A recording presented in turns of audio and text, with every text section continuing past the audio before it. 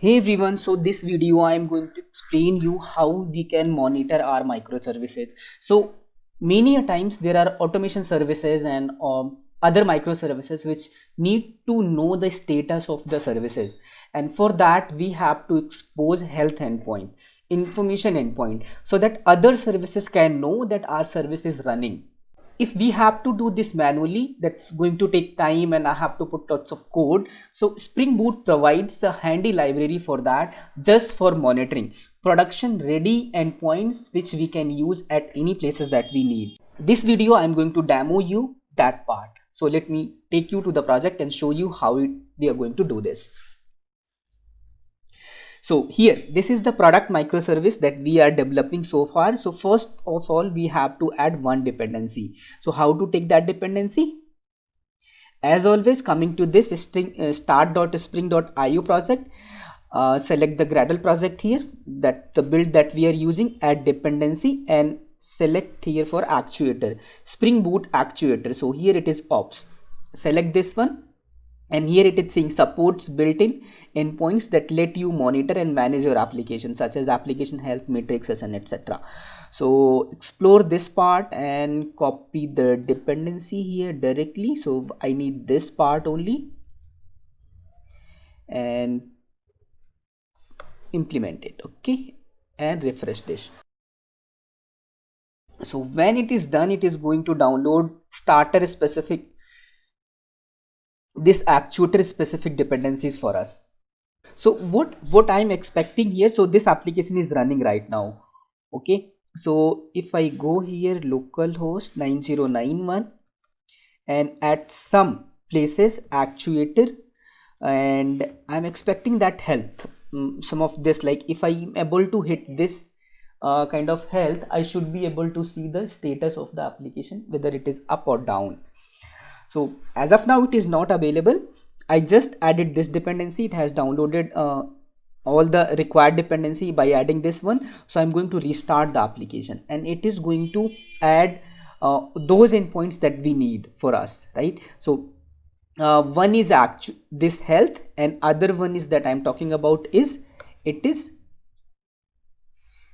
info. These two endpoints we are going to get. So when our application is running.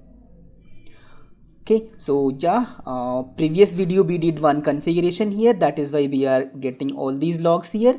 So this logging label, so I just have to change it to info so that I do not get all those things because I do not need. So I hope application is started by now. Now you see, we can see the status of the application up. I am getting here, all right. And if I refresh this actuator info, I am getting this empty object here because we do not have configured anything as of now. This is working, but there is no information coming here. That's the problem. We are going to fix this in a while. Okay, so how to see all the endpoints that our actuator dependency provides us? So I just have to just duplicate this part so that we are not losing this one, and hit this actuator. So it is going to give me all the endpoints that is exposed as of now. So this is health info, and this is actuator health and specific configuration that we have. We need to make custom URL we can make here, right? And this is the actuator, this one. So there are a couple of other endpoints as well that we can use. So to see the list of all the endpoints, there is documentation by the Spring Boot. That is the best place to go. If you come here, you can see all those things, endpoints, and we have this audit events, cache, condition, config, and all those things. And if you come down here, there is proper description as well. I'm going to show you the required one. I'm just scrolling it a bit to show you this. We have JMX endpoints and web endpoints. So JMX is for messaging and web for what we are doing right now. So exposing endpoints, it is just saying you that by default what is enabled. Okay, so yeah, health is enabled here by default. Okay, and info is enabled by default. Other we have to enable. Okay, and how to enable that? We have this management endpoints web configuration that we have to add.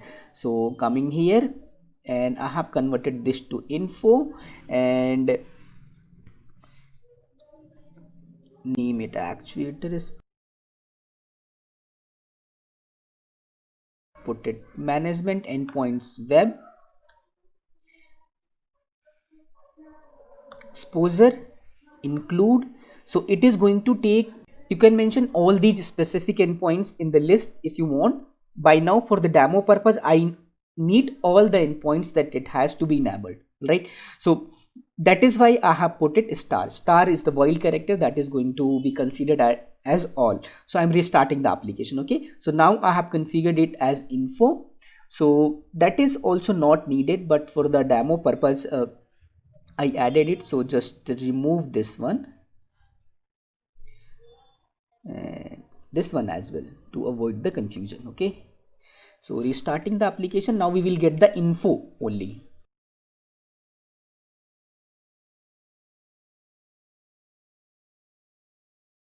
When application is started, you can see here that it is saying exposing 14 endpoints beneath this actuator path. Okay, now coming here this path that we had actuator, now we will be able to see more endpoints here, right? So we show the info health and we can see the actuator beans also. It is going to list me all the beans, all the instances created in the Spring Boot itself. That's very big list.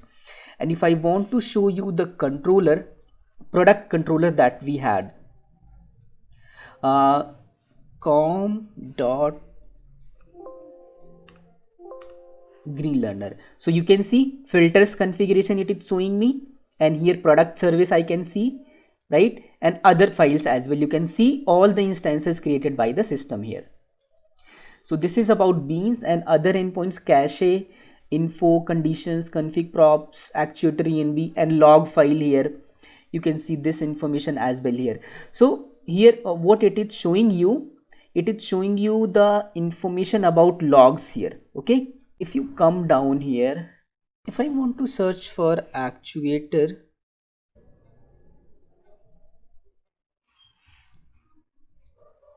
exposing, so I'm looking for a particular keyword so that I can verify that this log is same what we are seeing in the configuration in the console part. Yeah, so it is saying that exposing these endpoints, Tomcat started on port this one. So if I want to see all these logs in the endpoint here, actuator log file, I can see here as well, right? So this is the one endpoints that we have, and other is about actuator loggers. Here also it is showing you the different labels of logs here, right? All the logs files available in the system. So these are all the configuration that you can see here. It's a bit difficult to read because they are just in text format and JSON format. If I want to convert it, you can see all the options here that what it is showing you. And one more thing I wanted to show you, HTTP trace. HTTP trace is not coming here. So for that HTTP trace, if I show you in the documentation part here, HTTP tracing, for this we need one HTTP trace endpoint can be used to obtain information about the request response exchanges. For that we have to enable this HTTP trace repository. We have to manually, actually in the previous versions of the Spring Boot we could see this directly, but at latest Spring Boot versions they have removed that default thing. So we have to add this dependency here so that we can see that. So just mention it here. I'm naming it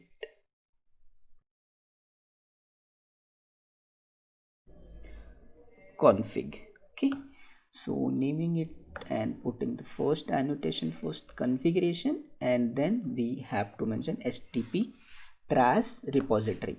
Okay, so I need the bean of this one. So there is in memory implementation of this one, in memory HTTP trace repository.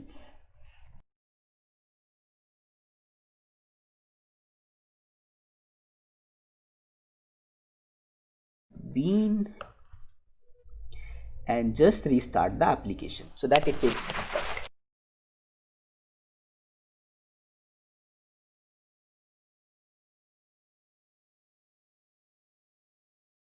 So the application is running now. let me come here at this point and refresh this again. We will be able to see HTTP trace here. Okay, and if you click this part here, it is showing me this information, that traces, timestamp and all those things for now.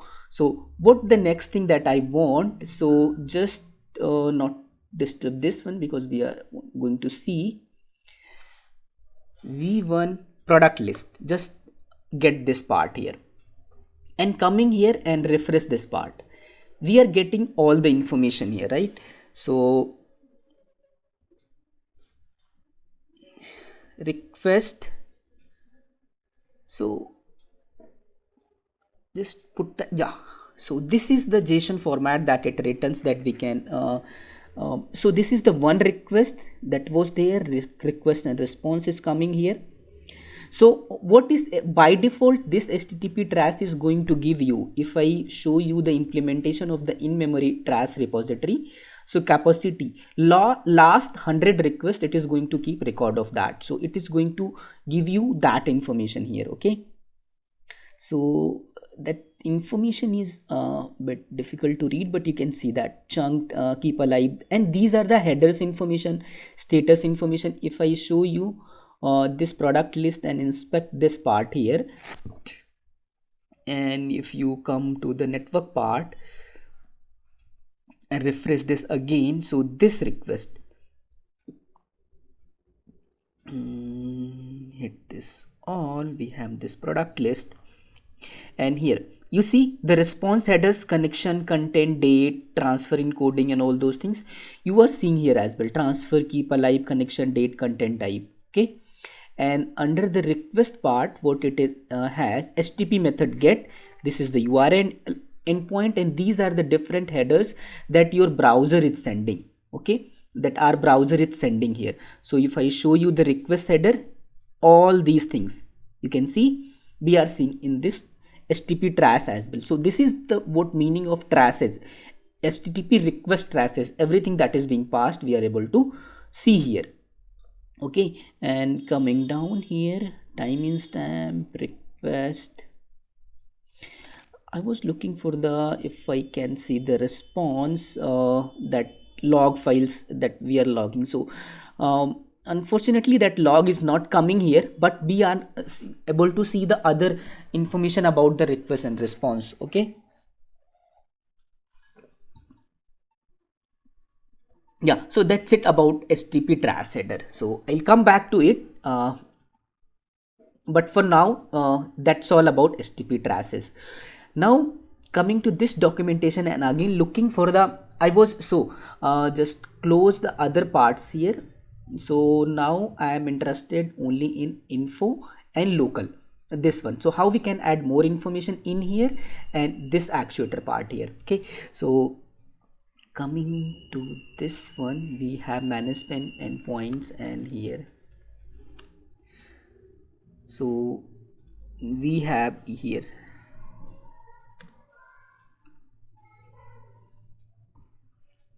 endpoint health, and here so details it is showing me. So we have different option here, always, never, when, authorized. So for now I'm keeping it always. Okay, so it is going to give me the more information about HTTP health status.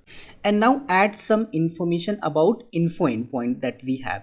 So we have this info, under this we have info app, and under this we have name, and I can give the name of the application that I want to be displayed. So it is product microservice. Okay, and I can mention the version, so let's say it's 1.0. I can mention description part here, and so I can say that add and retrieve product information. So this is what that for now I need under info endpoints, right? So just restart this application and see this in action. So application is running now. So coming here at info endpoints, clicking this part here I can see other informations here, right? So microservice version and all those things, and this is the health endpoint that we have here, and I can see other informations as well here. So here we can see that different components health it's showing here. Disk space it is showing Mongo, because we have MongoDB integrated in our microservice, and ping status it is showing as up. So we can also play around with the specific components status that I need to see here. So if I come here and want to show that part, so we have management, and under that we have health. You can see the different option here. So we have health, and under that we have Mongo enabled. By default it is true. If I am making it false, it is going to if I refresh this, restart this application, it is going to show me, it will not show the Mongo status here, right? So there are different so as many components as we have, there are different health indicators. So if I show you the class file, so health indicator, so we have health indicator here, Mongo health indicator. So this is what is going to be executed, so to show the status of the Mongo template, right? And in the same way we have disk health indicator, disk space health contributor, and disk space health indicator here. So these information you can get it here. So application YAML we have marked it false, and refresh this here. I'm not seeing the MongoDB status here. Okay, so now the point is that it is showing the status up. So when it is going to show the status down, so let me demo it that as well. So mark it true here and refresh this to see this Mongo status here. So what I'll do here, our MongoDB is running here, right? So in our application, so let me stop that and see. So basically let me open the task manager here and go to services here, and under services we have to see the MongoDB. While installing, I selected that option that run MongoDB as a service. So stop it, and this service is stopped now. And if I refresh this again, yeah, I'm seeing this status, it's showing me down, and this is the exception that we are getting here, right? And if I mark it up again, start it, starting, and if I hit this again, I'm able to see this. So it is quickly responding to the status of the MongoDB connection and all those things. And how it is doing that, that is written in the health indicator file. So that's all about this actuator thing that I wanted to show. There are more things that you can play around with the configuration. Directly you can go to the documentation, you can it's going to take some time, but you are going to pick this thing.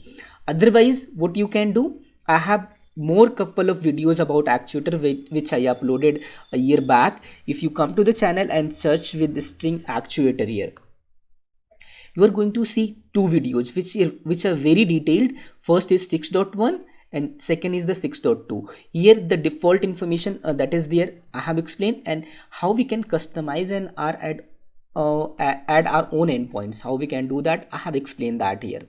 So you can go ahead and check out these two videos as well. Okay, so that's all about this video that I wanted to explain.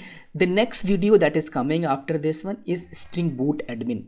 That is super important from the perspective of monitoring an application and actual use cases of this Spring Boot actuator that we are seeing. Do check out that video to see the practical example with the Spring Boot actuator and what all you can do. So believe me, until I knew about Spring Boot Admin, I thought that Spring Boot actuator is just about two endpoints, that is this health and this info endpoint, and this health was pretty much important. Even I was not using info as well. But Spring Boot Admins gives you more flexibility and more options to play around with the actuator endpoints and actually monitor your application, right? So do check out that video. I'll strongly and highly suggest you to check that video. So I'll see you in that topic about Spring Boot admin. So if I show you the topics here, so we have these topics and actuator service. We are at this point here, and I'm going to cover these 2 points, securing and adding Swagger and circuit breaker later. But first I'm going to cover a Spring Boot admin because that is related to the actuators directly, right? So see you then in a Spring Boot admin video. Till then, take care, stay safe, bye bye.